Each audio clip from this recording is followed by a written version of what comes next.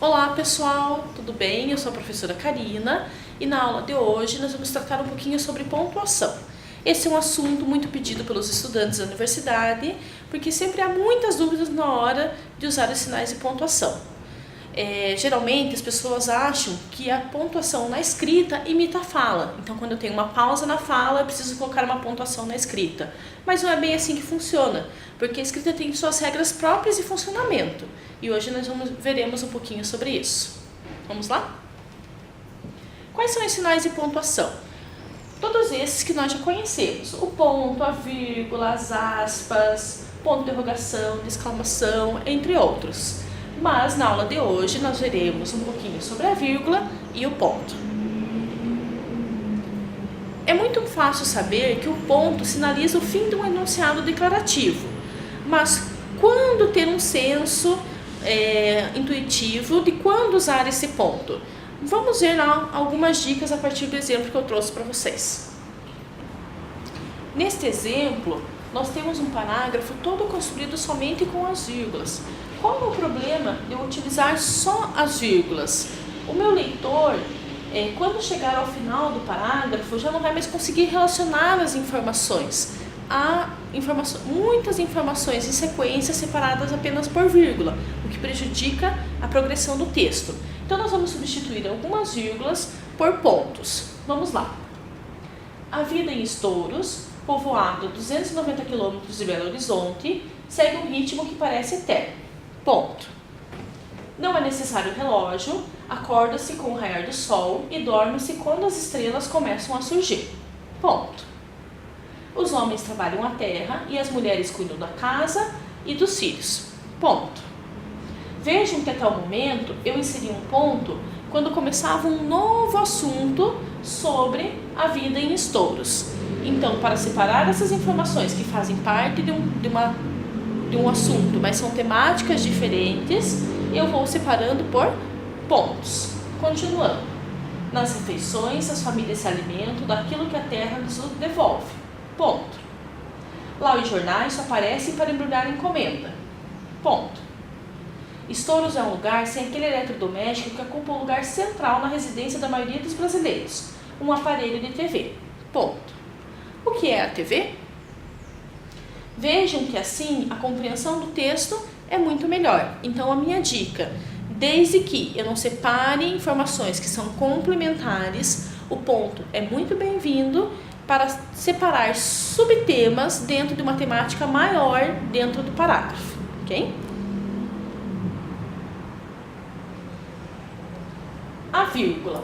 Então nós veremos também algumas regras para o uso da vírgula. Ele é um sinal muito usado e tem algumas regras básicas para funcionamento. Vejamos. O primeiro, o que é muito fácil e bastante comum, as enumerações. Então nesse exemplo, vejamos lá.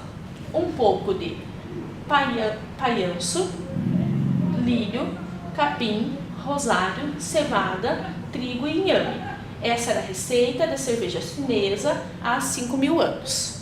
Vejamos que aqui nós temos vários elementos que são separados por vírgula. E o último nós separamos com o E. Nesse caso, o E dispensa a vírgula. Também um uso muito comum e muito fácil são as intercalações. O que é uma intercalação? Quando eu tenho uma sentença principal, um enunciado principal, e insiro no meio dele um comentário ou uma explicação. Vejamos aqui no exemplo. A África é um mundo variado e diverso. Aqui é a minha sentença principal. Agora, se eu inserir um comentário no meio ou uma explicação, eu preciso inserir entre vírgulas. Vejamos no exemplo. A África, tanto tradicional quanto moderna, é um mundo variado e diverso. Outra frase. Podemos rever nossa decisão, mas eu quero inserir um comentário no meio da minha frase. Então, eu insiro entre vírgulas. Podemos, sem dúvida nenhuma, rever nossa decisão. Também, em relação às intercalações, alguns conectivos ou advérbios que nós podemos colocar na nossa frase entre vírgulas, principalmente para dar destaque. Então, aqui, expressões como porém, contudo, entretanto, pois, portanto, enfim, além disso, certamente, naturalmente, etc. Quando elas aparecem no meio do enunciado, nós inserimos entre vírgulas. Vamos ver os exemplos. Eles certamente virão antes do anoitecer. Nesse caso do advérbio certamente, a vírgula é facultativa, mas se eu quero dar destaque a essa expressão, eu coloco entre vírgulas. Mais um exemplo. Ela é inteligente e competente e tem, além disso, tempo para se dedicar a esta pesquisa. Então, eu quero inserir mais uma informação, além de inteligente e competente. Então, eu uso o conectivo além disso. Como ele aparece no meio do enunciado, ele vai aparecer entre vírgulas. Também temos deslocamentos. São expressões que indicam tempo, lugar, instrumento, modo. Quando elas são deslocadas para o início do enunciado, nós precisamos de uma vírgula. Então, a nossa frase poderia ser construída da seguinte forma. O inverno costuma ser rigoroso no sul do Brasil. Eu tenho uma informação de lugar. Agora, se eu pegar essa informação de lugar e colocar no início da frase, eu preciso da vírgula. No sul do Brasil, vírgula, o inverno costuma ser rigoroso. A mesma coisa com a informação de tempo, como no próximo exemplo. Em 1789, astrônomos descobriram uma pequena lua de Saturno. Então, eu tenho uma informação do tempo que foi inserida no início da frase. Preciso da vírgula. A mesma coisa em relação a instrumento. Vejamos no exemplo. Com a chave inglesa, consegui finalmente afrouxar a torneira. O vocativo, esse é um uso muito comum. O que é o vocativo? É o ser a quem nos dirigimos. Então, se eu estou conversando com alguém, eu estou me dirigindo a alguém. A mesma coisa na escrita. Quando eu mando um e-mail, por exemplo, prezados estudantes, vírgula. Por que eu uso a vírgula? Porque estou me dirigindo aos meus estudantes. Vejamos aqui no exemplo. Maria, não se esqueça de me trazer o livro de física amanhã. Isso quer dizer que a Maria é o vocativo, o ser a quem nos dirigimos. O aposto. O aposto é muito parecido com as intercalações. Vejamos o conceito. Palavra que explica, esclarece, desenvolve ou resume outro termo da oração. Então aqui, Machado de Assis, o maior escritor realista brasileiro, escreveu Dom Casmurro. Curitiba, a capital do Paraná, foi fundada em 1693. Aqui, o maior escritor realista brasileiro se refere a um elemento anterior, Machado de Assis. Ele explica quem é Machado de Assis. A mesma coisa em capital do Paraná, que se refere a Curitiba. Então, sempre que nós temos um aposto, nós inserimos entre vírgula. Limite entre sentenças no interior do período. Separamos por vírgula sentenças que, ocorrendo no início do período, indicam tempo, condição, causa, concessão, conformidade, etc. É um uso muito parecido com os deslocamentos. Então aqui, por exemplo, quando uma língua morre, desaparecem com elas culturas, mitologias e conhecimentos científicos. Então nós temos uma expressão que indica tempo, que foi inserida no início da sentença. Mais um exemplo.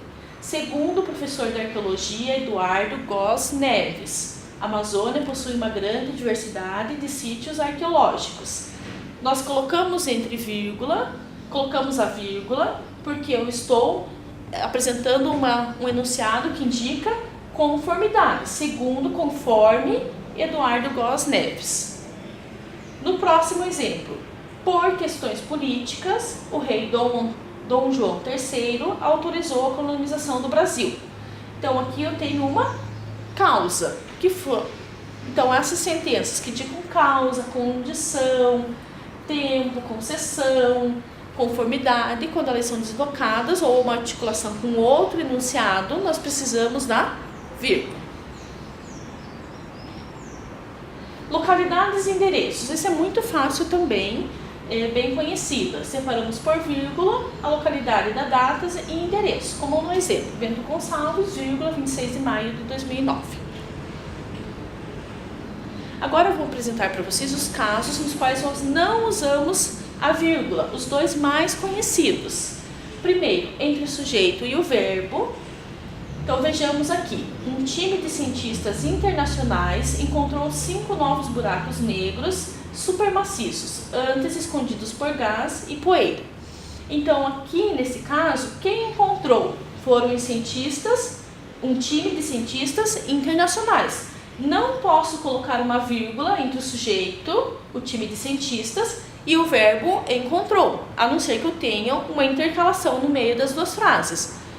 Tirando isso, nunca separo o sujeito e o verbo. Também entre o verbo e seus complementos verbais. O que são os complementos verbais? São expressões que são exigidas pelo verbo. São complementos que são exigidos pela conjugação do verbo. Vamos ver o exemplo. Em 1533, a coroa portuguesa decidiu doar as terras do além-mar a 15 capitães donatários. Então, aqui o verbo doar, ele pede o que é doado e a quem é doado. Ele precisa de dois complementos. Então, eu não posso colocar um verbo nem depois de doar e nem depois de além-mar, porque esses dois complementos são exigidos pelo verbo. Muito obrigada e até a próxima aula.